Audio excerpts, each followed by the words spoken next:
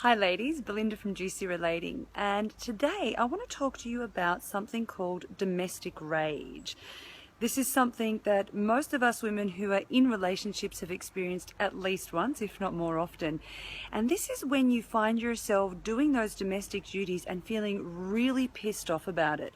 You know, when you go to do the washing or the dishes or do the cooking and you start to feel that thing welling up inside your heart or in your stomach, and then you find yourself just feeling really angry and pissed off. And that's when you start to see all the things that he isn't doing, like how he never takes the tissues out of his pockets before he puts them in for the wash, and that pisses you off because then I have to do it, and what's he thinking? And then you see his towel on the floor and you remember how he never puts his towel away even though you've asked him a million times, and what does he think you are, his slave? And here's that thing that he hasn't fixed even though I asked him to do it 2 weeks ago, and you start getting so angry and so pissed off. And we think that it's all about me having to do this and me having to do that, but what you're experiencing here, ladies, is domestic rage. More often than not, you'll find that your man doesn't expect you to do any of these things. The only person that expects you to do it is you. And the reason that we experience this these days is because as women who now are existing in our fairyland, existing in that place and committed to finding what gives us joy and what gives us bliss, and we're committed to making our contribution to the world, yet we still find ourselves compelled to do these crappy domestic things that we hate doing. And why is that? It's just so instilled in us. It's instilled in us that we're supposed to live in a clean, perfect house and that it's our job to do so. So we find ourselves doing it and then getting angry with him.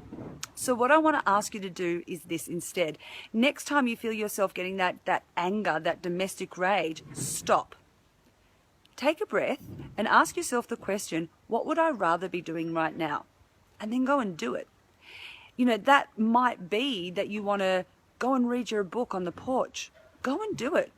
And it might be hard to do it first, but you know what will happen? First of all, you'll see that the world keeps on turning. And secondly, you'll find yourself starting to be more in your juiciness, more in your openness, more in your sexiness. And you're going to be much, much happier. And when your fella comes home or when he's there next and the house is messy and dirty and there's no dinner and you have to get takeaway, guess what? He's not going to give a shit. He's not even going to notice. And neither will you, because you're feeling more sexy, more juicy, and then he's jumping your bones and off you go making love in this dirty, messy house, and no one really gives a shit. You're much happier. That's the bottom line.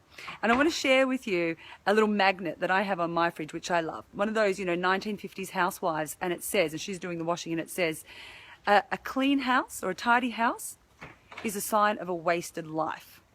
I'm going to leave you with that for today.